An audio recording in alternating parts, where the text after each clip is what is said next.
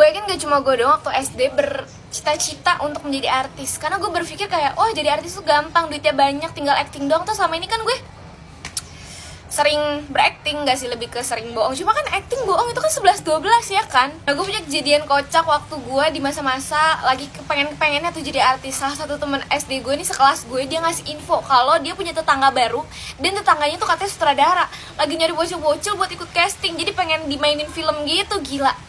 Seketika pas gue denger info dari teman gue, terus gue yang kayak, apakah ini pertanda gitu doa-doa gue selama ini diijabah, walaupun sebenarnya gue menjadi artis tidak didukung oleh mak bapak gue gitu kan. Akhirnya gue bertemu dengan sutradara yang bisa mempromosikan gue menjadi seorang artis terkenal.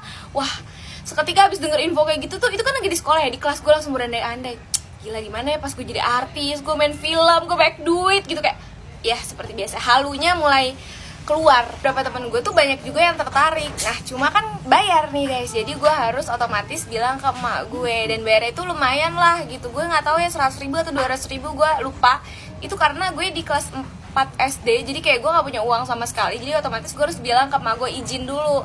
Pas gue balik sekolah gue izin, kagak boleh guys gitu. Terus habis itu besokannya nih gue lihat teman-teman gue yang kemarin udah bilang mau, udah bawa duitnya gitu. Terus pas gue ditanya gimana Pi, ikut gak lu? Terus gue bilang gue nggak jadi deh, gue nggak tertarik, kayak gue nggak bisa juga kayak gitu-gitu, nggak pengen juga sih gue jadi artis. Padahal kayak dalam hati gue, anjir gue mau banget, ini kenapa harus bayar sih, gue nggak bisa. Ya udah tuh, lu tahu nih tiap hari teman-teman gue yang pada jadi ikut casting tuh latihan mulu tiap istirahat noh di depan kelas. Gue yang cuma ngeliatin doang kayak, ini orang ngeledek gue ya gitu, biasa iri. Terus habis itu sampai dimana beberapa hari kemudian gue dengar kalau mereka ini udah dijadwalin buat casting di rumah si tetangga temen gue ini. Saking penasarannya, gue kan tahu nih rumah temen gue yang tetangga sama sutradara. Saking penasarannya gue kesana, gue ngintip gitu. Gue lihat ternyata ramai banget, mereka semua bawa emak-emaknya pada kayak lagi ganti baju, dan bener-bener totalitas banget teman-teman gue tuh pada pakai baju yang rapi-rapi banget gitu loh, yang gonjreng gitu. Gue melihat itu tuh kayak bener-bener kesel, gondok banget sama mak gue, kenapa gue nggak dibolehin untuk ikut, padahal kan cuma 100.000 200.000, kayak gue mikirnya gitu pada saat itu. Terus ya udah tuh,